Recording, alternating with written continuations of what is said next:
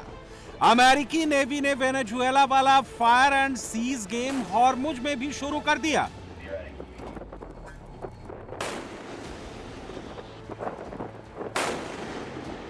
Hormuz में America का पहला शिकार ईरान का टूस्का कॉमर्शियल शिप बना।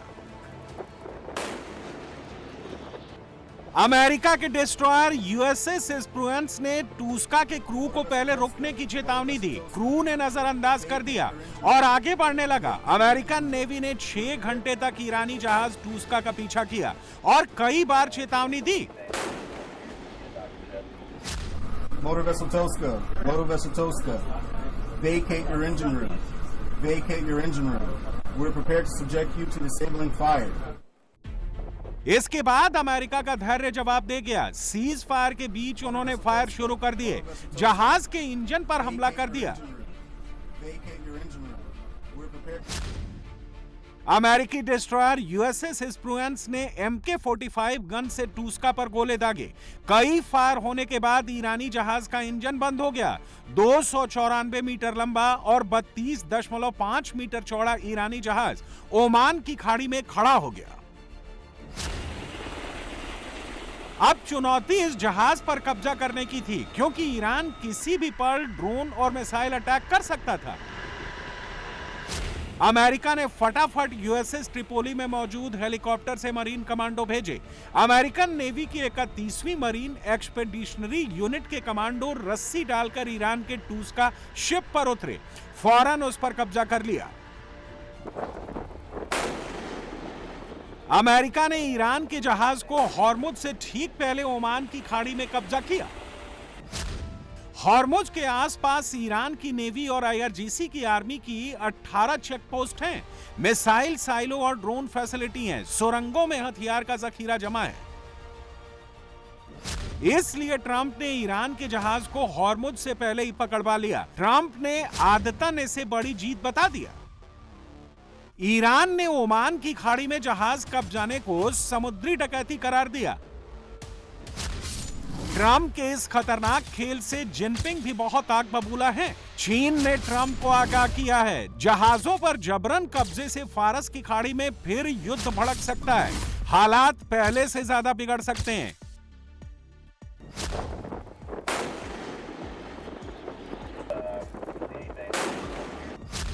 ईरान का टूस्का जहाज 12 अप्रैल को मलेशिया के क्लांग पोर्ट से रवाना हुआ था।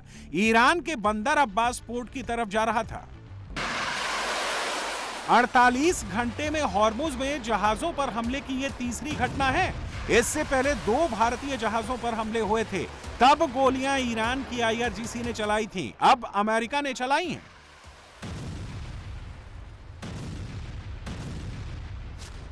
अब हॉर्मुज और ओमान की खाड़ी में क्या होगा? ईरान क्या चुप बैठेगा या पलटवार करेगा? ईरान ऐसा देश है जो पलटकर जरूर आता है, हर बार पहले से बड़ा हमला करता है। इसीलिए बहुत बड़ी आशंका है कि फारस की खाड़ी में युद्ध फिर से भड़क सकता है।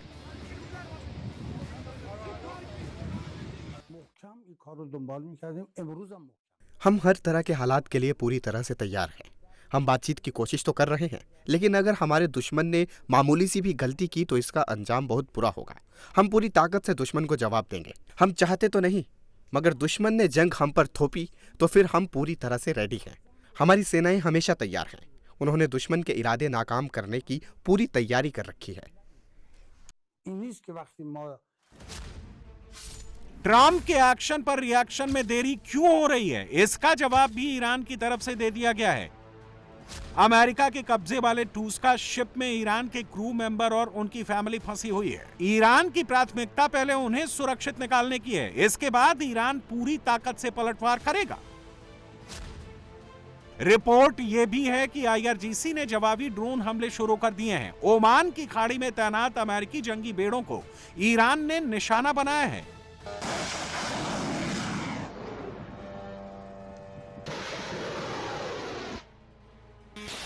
ईरानी ड्रोन अटैक से डरकर अमेरिका ने अपने कई जंगी बेड़ों को ओमान की खाड़ी में पीछे की तरफ भेजा है।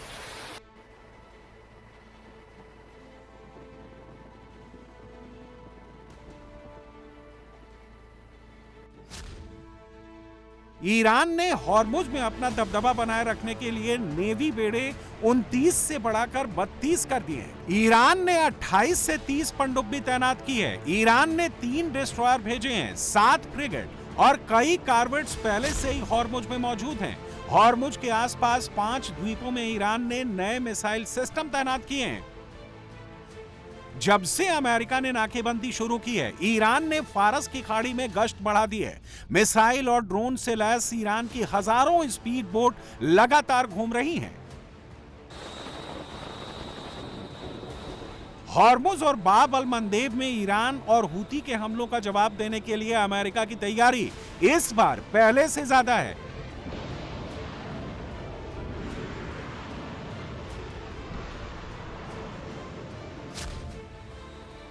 अमेरिका का carrier strike group USS Abraham Lincoln अरब सागर में तैनात है। दूसरा carrier strike group USS Gerald R Ford लाल सागर में तैनात है।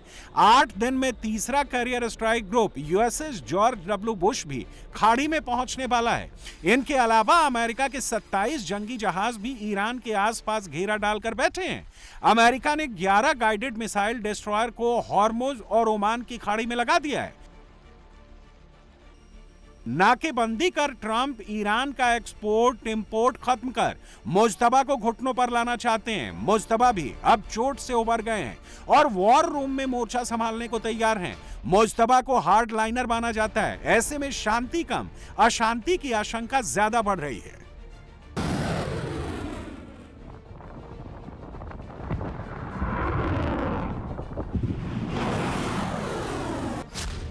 अमेरिका सीज फायर तोड़ने के लिए ईरान को दोषी ठहरा रहा है। ईरान अमेरिका को दोषी ठहरा रहा है। ऐसे में सवाल है, पाकिस्तान में होने वाली पीस डील का क्या होगा? फिलहाल ईरान डिनायल मोड में है और इस्लामाबाद जाने को लेकर कोई क्लियरिटी नहीं है।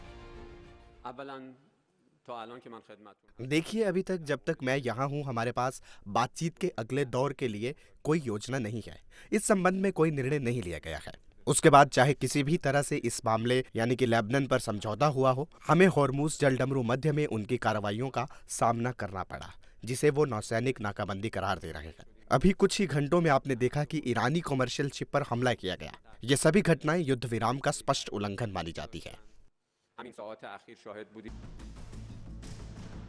ईरान ने हॉर्मुज को लेकर नई डिमांड की लिस्ट जारी कर दी है। ईरान नया कानून लाएगा। हॉर्मुज में इजरायल के जहाजों पर टोटल बैन लगाएगा। ईरान हॉर्मुज से जाने वाले जहाजों पर रियाल में टोल लेगा। टोल का 30% IRGC के खाते में जाएगा। दुश्मन देशों को पारगमन से पहले सुरक्षा परिषद की मंजूरी लेनी पड़ेगी। जिन देशों ने ईरान को नुकसान पहुंचाया है, उन्हें प्रतिबंधित कर दिया जाएगा। ईरान ने एक बार फिर कह दिया है कि हॉर्मुज में टोल देना ही होगा, वरना जहाज नहीं जाने देंगे। ट्रंप कई बार कह चुके हैं कि टोल लोगे तो ईरान में घुस कर मारेंगे, पूरा इतिहास भूगोल बराबर कर देंगे।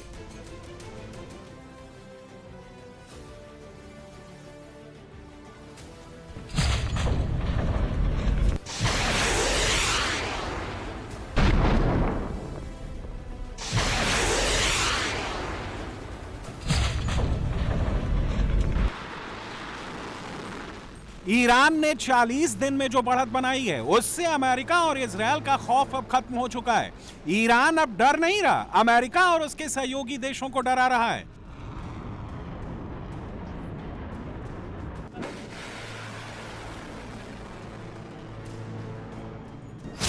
ईरान ने दुनिया की तेल आपूर्ति को परमाणु हमले से तबाह करने की धमकी दी है। सऊदी अरब की यानबू पाइपलाइन पर हमले की बात कही है। संयुक्त अरब अमीरात के सबसे बड़े तेल टर्मिनल फुजैरा पर हमले की बात कही है।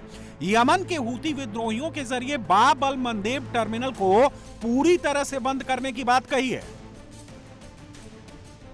अगर ईरान हॉर्मुज और बाब अल मंदेब दोनों बंद कर देता है तो दुनिया की 32% तेल सप्लाई काट सकता है। दुनिया में भीषण ऊर्जा संकट पैदा कर इकोनॉमी का भट्ठा बैठा सकता है। बाब अल मंदेब और हॉर्मुज स्ट्रेट के बीच की दूरी करीब 3500 किलोमीटर है। हॉर्मुज फारस की खाड़ी और अरब सागर के बीच संकरा रास्ता है।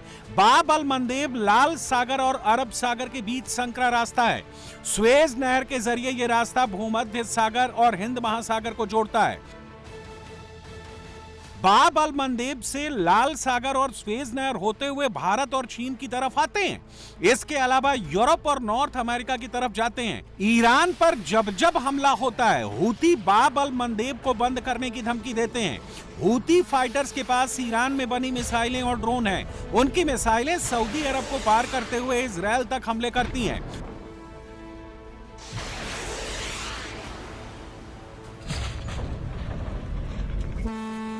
ट्रंप ने बाब अल मंदेब को सेफ रखने के लिए एक करियर स्ट्राइक ग्रुप लाल सागर में भेजा है। हॉर्मुज और बाब अल मंदेब दोनों बंद होने से सऊदी अरब, यूएई का तेल अंतर्राष्ट्रीय बाजार तक नहीं पहुंच पाएगा। हॉर्मुज अभी से खाली पड़ा है। 24 घंटे में सिर्फ 3 जहाज निकले हैं। अब हॉर्मुज में जहाज नहीं दिखाई दे रहे हैं। इक्का दुक्का जहाज बचे हैं जो लड़ाई बंद होने का इंतजार कर रहे हैं। ज्यादातर दूसरे क्षेत्रों में मूव कर गए हैं। ईरान ने सख्त लहजे में अमेरिका को बता दिया है, अगर वो सीज फायर की शर्तों का पालन नहीं करेंगे तो ईरान बड़े हमले करने में देरी नहीं करेगा। युद्ध विराम हुआ तो था, लेकिन वो अधूरा था। जैसा कि मैंने पहले भी बताया था कि अगर उन्होंने ईमानदारी से सीज फायर को लागू नहीं किया तो फिर हम भी सीज फायर की शर्तों का पालन नहीं करेंगे। हम जंग दोबारा शुरू करेंगे और फिर हम उनसे बातचीत को भी बंद कर देंगे। हम दोनों ही कदम उठाएंगे, बातचीत बंद करेंगे और जंग दोबारा शुरू करेंगे।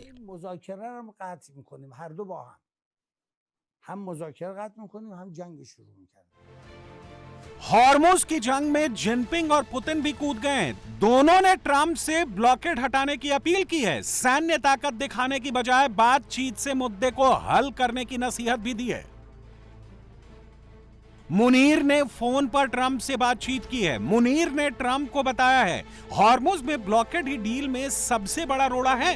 अब सवाल है कि ट्रंप क्या करेंगे? क्या वो दुनिया के नेताओं की सुनेंगे या अपनी मनमर्जी चलाएंगे? क्योंकि ट्रंप घंटे भर भी अपनी बात पर नहीं टिकते।